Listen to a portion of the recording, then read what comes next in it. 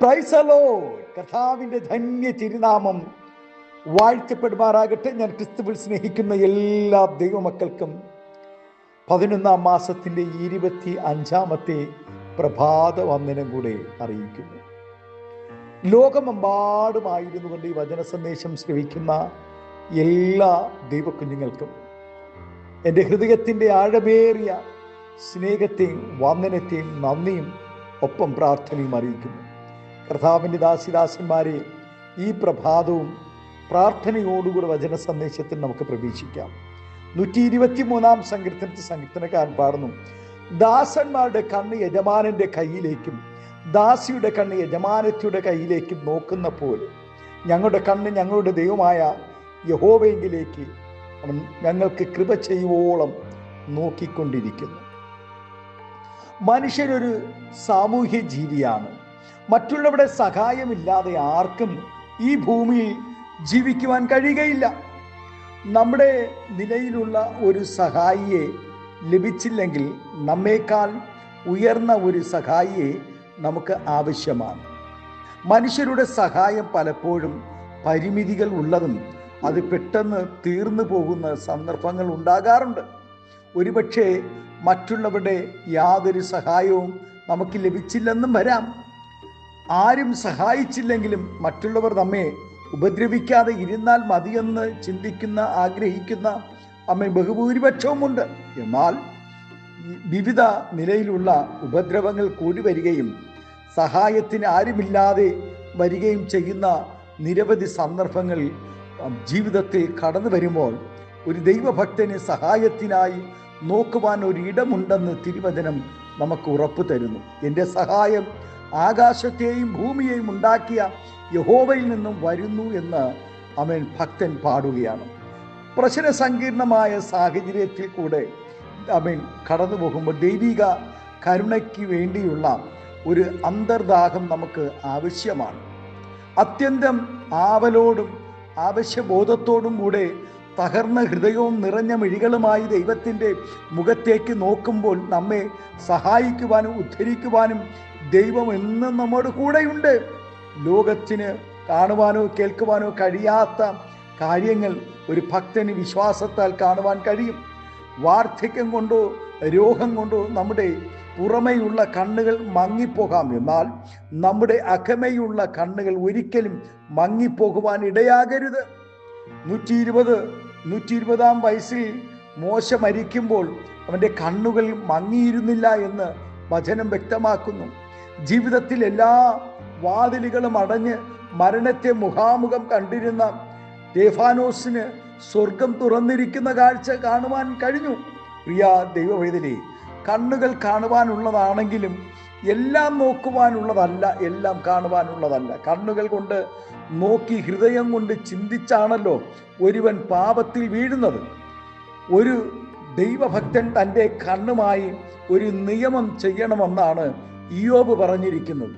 പോത്തിഫറിൻ്റെ ഭാര്യയുടെ കണ്ണുകൾ യോസഫിൻ്റെ മേൽ പതിഞ്ഞപ്പോൾ ആണല്ലോ അവിടെ ഹൃദയം പാപം ചെയ്യുവാൻ ബമ്പൽ കൊണ്ട് ബന്ധപ്പെടുവാനിടയായി. ദോഷം കാണാതെ കണ്ണടച്ചു കളയുന്നവൻ്റെ മഹത്വം എത്ര വലുതെന്ന് തിരുവചനം പഠിക്കുന്നവർക്കത് മനസ്സിലാകുവാനിടയാം.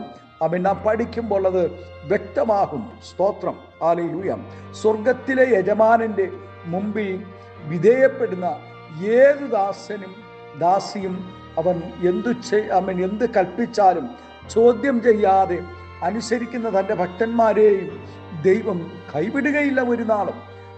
കനാന്യ സ്ത്രീക്ക് യേശുവിൻ്റെ അടുക്കൽ വരുവാൻ ഒരു യോഗ്യതയും ഇല്ലാതെ ഇരുന്നുവെങ്കിലും അവൾ യേശുവിൻ്റെ മുഖത്തേക്ക് മാത്രം നോക്കി കർത്താവിനെ പിൻചെന്നു. യേശുവിൽ നിന്നുള്ള കൃപയും കരുണയും വിടുതലും ധാരാളം പ്രാപിച്ചു. യോബിൻ്റെ കഷ്ടതയിൽ തൻ്റെ സ്നേഹിതന്മാർ പോലും തന്നെ പഴിച്ചു പറഞ്ഞപ്പോൾ താൻ ദൈവത്തിങ്കിലേക്ക് മാത്രം നോക്കിക്കൊണ്ടിരുന്നു. എന്ന് വെച്ചാൽ ഇനി മരിക്കേണ്ടി വന്നാലും മറ്റൊരു കരുണയ്ക്കായി മറ്റൊരു മുഖത്തേക്ക് നോക്കില്ല എന്ന് താൻ ഉറച്ചു തീരുമാനിച്ചു. അതുകൊണ്ട് താൻ പറയുന്നത്, യഹോവേ, നിന്നാൽ സകലതും കഴിയുമെന്നും നിന്റെ ഉദ്ദേശമൊന്നും അസാധ്യമല്ലെന്നും ഞാൻ അറിയുന്നു. ദൈവമുഖത്തേക്ക് നോക്കുന്ന ഒരുവന് വ്യക്തമായി പറയുവാൻ കഴിയും. ഒടുവിൽ ദൈവമുഖം നോക്കി മാത്രം ഇരുന്ന് യോബിൻ്റെ ജീവിതത്തിലെ എല്ലാ നഷ്ടങ്ങളും കഷ്ടങ്ങളും അവൻ ഇരട്ടി നന്മയ്ക്ക് കാരണമായി തീരുവാനിടയായി. ആരെല്ലാം ദൈവമുഖത്തേക്ക് നോക്കിയോ അവരെല്ലാം നന്മ പ്രാപിച്ചിട്ടുണ്ട്. ഈ പ്രഭാതം സങ്കീർത്തനക്കാരനോടുകൂടെ ചേർന്ന് നമുക്ക് പറയുവാനിടയാകട്ടെ. ആമേൻ. ദാസന്മാരുടെ കണ്ണ് യജമാനന്റെ കയ്യിലേക്കും ദാസിയുടെ കണ്ണ് യജമാനത്തിയുടെ കയ്യിലേക്കും നോക്കുന്ന പോലെ ഞങ്ങളുടെ കണ്ണ് ഞങ്ങളുടെ ദൈവമായ യഹോവയെങ്കിലേക്ക് അവൻ ഞങ്ങളോട് കൃപ ചെയ്യുവോളം നോക്കിക്കൊണ്ടിരിക്കുന്നുവെന്ന് നമുക്കും പറയുവാനിടയാകട്ടെ. കണ്ണുകളെ അടയ്ക്കാം, പ്രാർത്ഥിക്കാം. പരിശുദ്ധ പിതാവേ, സ്നേഹവാനായ ഞങ്ങളുടെ നല്ല ദൈവമേ, അനുഗ്രഹവും പ്രശാന്തവുമായ ഒരു നല്ല പ്രഭാതം കൂടെ കാണുവാൻ സ്വർഗം തന്ന വിലയേറിയ ഭാഗ്യത്തിനായി നന്ദിയോടെ സ്തോത്രം ചെയ്യുന്നാഥ. ഈ പ്രഭാതവും അങ്ങയുടെ മുഖത്തേക്ക് നോക്കി കർത്താവെ ഞങ്ങളുടെ ആവശ്യങ്ങളെ പറയുവാനും കർത്താവെ പ്രാർത്ഥിക്കുവാനും ആമേൻ ഞങ്ങളുടെ ജീവിതത്തിൽ ലഭിച്ച എല്ലാ അവസരങ്ങൾക്കും നന്മകൾക്കും നന്ദി പറയുന്നു. ഈ പ്രഭാതം ഈ വചന സന്ദേശം ശ്രമിച്ച എല്ലാ ദൈവക്കുഞ്ഞുങ്ങളുടെ ആവശ്യങ്ങളുടെ നടുവിലും കർത്താവെ അങ്ങയുടെ സാന്നിധ്യം വെളിപ്പെടേണ്ടതിനായി പ്രാർത്ഥിക്കുന്നു. അങ്ങയുടെ കരുണ വെളിപ്പെടേണ്ടതിനായി പ്രാർത്ഥിക്കുന്നു. അനവധി ആവശ്യങ്ങളുടെ നടുവിൽ പകച്ചു നിൽക്കുന്ന, ഭവനമില്ലാതെ ഭാരപ്പെടുന്നവർ, ഉപജീവനമില്ലാതെ ഭാരപ്പെടുന്നവർ, ഏകാന്തതയുടെ അനുഭവങ്ങളിൽ, മാനസികമായ നിരാശകളിൽ, വാർദ്ധക്യ ബലഹീനതകളിൽ, കർത്താവേ പ്രകൃതിയുടെ ദുരന്തങ്ങളിൽ, അനർത്ഥങ്ങളിൽ, അപകടങ്ങളിൽ, രോഗശയ്യകളിൽ പകച്ചു നിന്ന് ഒരു വിടുതലിനും ആശ്വാസത്തിനും കർത്താവെ കാത്തിരുന്ന് പ്രാർത്ഥിക്കുന്ന ദൈവക്കുഞ്ഞുങ്ങളുടെ ജീവിതത്തിൽ സ്വർഗം അത്ഭുതം ചെയ്യും. എല്ലാവിധമായ നന്മകളാൽ നിറയ്ക്കും. മകച്ചമങ്ങെടുക്കും യേശുവിൻ്റെ നാമത്തിൽ കൃപയോടെ പ്രാർത്ഥന കേൾക്കണമേ സ്വർഗീയ നല്ല പിതാവേ. ആമേൻ, ആമേൻ, ആമേൻ.